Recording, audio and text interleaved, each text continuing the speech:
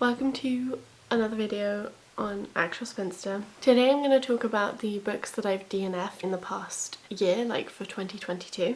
And yeah, just like talk about why I DNF'd them. Some of them definitely one of them I have spoken about already on my channel. But yeah, I just thought I would talk about all of them and then I don't know, some of these I could probably be convinced to keep going and to pick them back up, but some of them I won't be. And I would say as well, I have been in a bit of a weird mood sometimes, especially when it comes to audiobooks. So for example, I started listening to Great Circle by Maggie, Shipstead, I want to say, and I did not like the audio narrator, so I stopped listening to it, but I will probably still read the book. I just will wait until I can read it in physical form. So yeah, I would love to hear your opinions about any of the books that I mentioned. Like I said, there's not that many on my list. The one that I have spoken about a lot already is The Loved and Envied by Enid Bagnold, which I stopped reading because of it was just racist, and I was very disappointed in it. I thought it had potential to be good, but it just it was one of those books where I was trying to having to force myself to pick it up, and then I was kind of oh, if you read X number of pages then you can stop or whatever, and it's that's a sad relationship to have with a book. So if you're not enjoying it so much that you have to kind of give yourself tiny little pointers. And if it had been that I had to kind of push myself to read it, but then once I was reading it I was yeah, no, this is actually enjoyable, or this is actually teaching me something, or is engaging my mind in some way, then it would have been worth it. But it didn't really do that, so yeah, I stopped reading it. So the next book I will talk about is All the Murmuring Bones, which is by Angela Slatter, and which is, I don't know, it's kind of like a YA book. It's fantasy, and it has, you can kind of tell from the cover, it has some kind of mermaid ideology. No, mermaid mythology, not ideology. Wow, that mermaid ideology, huh? So I listened to quite a few hours of that. I want to say 3 hours, and I think it was a 10-hour audiobook. Around that, might be wrong. Which, feels quite far in for an audiobook, but I guess it's not actually that far in physical pages necessarily. Anyway, and I was reading it and I was kind of enjoying it, but then it sort of became to be, and I don't think this is a spoiler necessarily, but it came to be very much about incest, and I just did not want to read that. So I won't be picking that up. That's also a hard DNF for me. I think it did have potential. It's very much about sexual violence, specifically violence against women, and that's also pretty difficult to read generally. But yeah, I maybe could have bared it if it hadn't become incestuous, but yeah, I was this is enough. I don't need to put myself through this.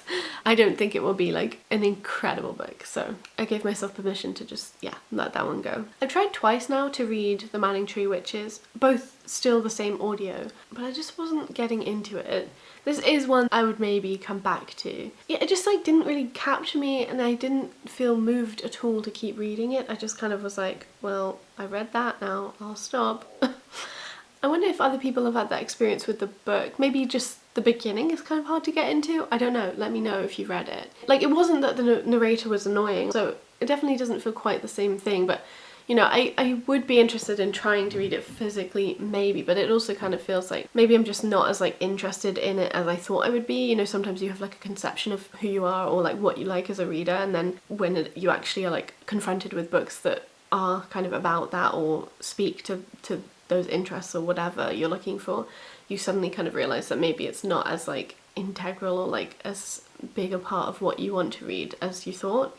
And I feel maybe I feel that way about The Manningtree Witches. But again, I haven't completely given up on it, but I don't think I'll be trying the audiobook again, because clearly it's just not capturing me. Aside from The Loved and the Envied, every other book in this has been one that I've been listening to on audio. So I do obviously both listen to audiobooks a lot, and I also sort of feel more capable or better placed to stop reading them too, because they're, unless I'm using the audiobook to read the book, but then I would still be kind of reading it physically too. I feel better just kind of giving up sooner rather than later, because I don't, all the audiobooks have been from the library.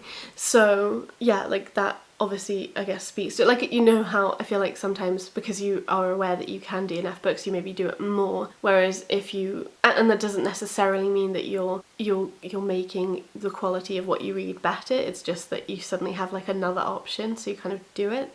I don't know if that does make sense, but I just feel sometimes DNFing begets more DNFing, and I think sometimes that's not a great way to like approach your reading, because books can be like really surprising, and that can be sometimes the fun of why people read, even if the beginning or the middle or whatever is like a slog, or it's difficult, or it gets less enjoyable. Like, it can still be worth reading the whole book. But obviously that isn't to say that only reading parts of a book or whatever is inherently less like valuable or worthy or whatever, because I also think that like we can get some really amazing things from just like reading sections or reading bits of things, and you don't have to read a whole book to be like changed or touched by what is in the book. That was a little bit of a tangent.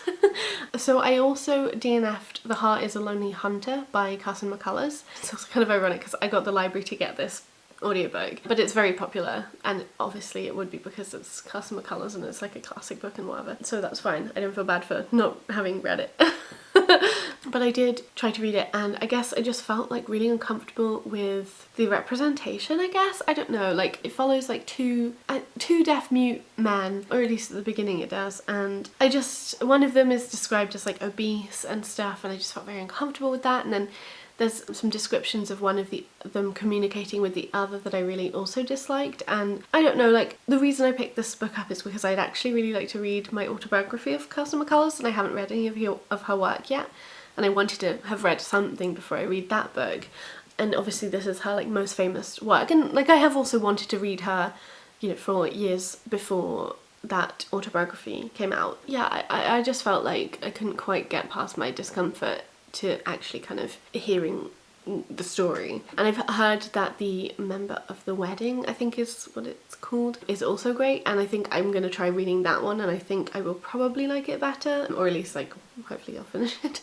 And then, you know, if I don't like that one, I'm still gonna try and read my autobiography of CARSON McCULLERS, because I think that's a really interesting like queer history book, really, it sounds. Yeah, no, I don't really know what else to say about The Heart is a Lonely Hunter. I was kind of surprised at how I felt, and surprised by it in how it was. I don't know, I'd be really interested to hear other people's thoughts about it, especially coming at it from like a disability or especially a deaf perspective. Yeah, that was a long ramble. And then the last book that I wanted to talk about, I think is probably my most disappointing DNF. Oh shit, I haven't taken my meds. So it's a Still Life, or Still Life I think is what it's called, by Sarah Winman. Yeah, I think I've heard a couple people, including like Jen the librarian, talk about this, and talk about like how the blurb mischaracterizes the book and like misrepresents, actually is what the word I was looking for, because it's not actually sort of accurate to the focus and time and attention in the book, if that makes sense. So what drew me to the book is that it said something about the ghost of Ian Forster on the blurb, it said art, it said like Evelyn, like an old lesbian meeting. It didn't quite say this, but this was the vibe I got, like an old spinster like meeting this guy in Florence. I was sort of drawn in by especially the ghost of Ian Forster, Italy, and then like lesbianism, and and so the beginning is quite interesting. Like it starts in World War II, and it's where Evelyn and Ulysses, this soldier, meet. They meet kind of due to art. Like Evelyn is an art historian, and so she's kind of there with this other woman. Anyway, they're also kind of remembering times previously where they were, and Evelyn remembers this, you know, like beautiful Italian maid who, I don't know, she made love to or whatever.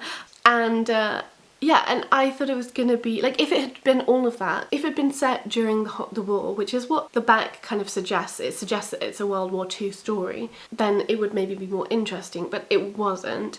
It starts there, and then we quickly go to like London, and then the war ends, and then we're in London, and then I don't know, you know, somebody wins a lot of money, and then I don't know, something else happens, and basically Evelyn and Ulysses meet at that beginning. And then I listened to it for, again, I think probably like 3 hours, because I was waiting for Evelyn to show up again, and she didn't in that time. And I did not care about Ulysses, like almost at all. I mean, he seemed nice, but like I don't care. That wasn't why I was reading the book, you know. Yeah, I just gave up because like Evelyn hadn't showed up, and clearly like she wasn't going to be as integral or as like present in the story as the blurb led me to believe / I hoped she would be.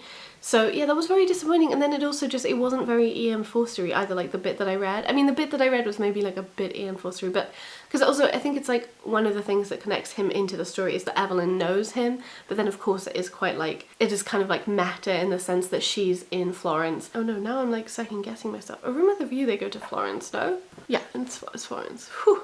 yeah, and of course, like A Room with a View, it's somewhat set in Florence, and Lucy Honeychurch has this like sort of sexually awakening moment there, and or like even like personally awakening moment through romance and love, and Italy as well as the people there. And obviously that's, you know, a big like intertextual reference, but then because Ian Forster literally exists in the text too, like that's making it all meta. I don't really know how I got onto this, but anyway, so, you know, I thought that would be really fun. I thought it would be really exciting to explore that stuff, and to like also especially to play around with like lesbianism and Ian Forster stuff, because yeah, that's me.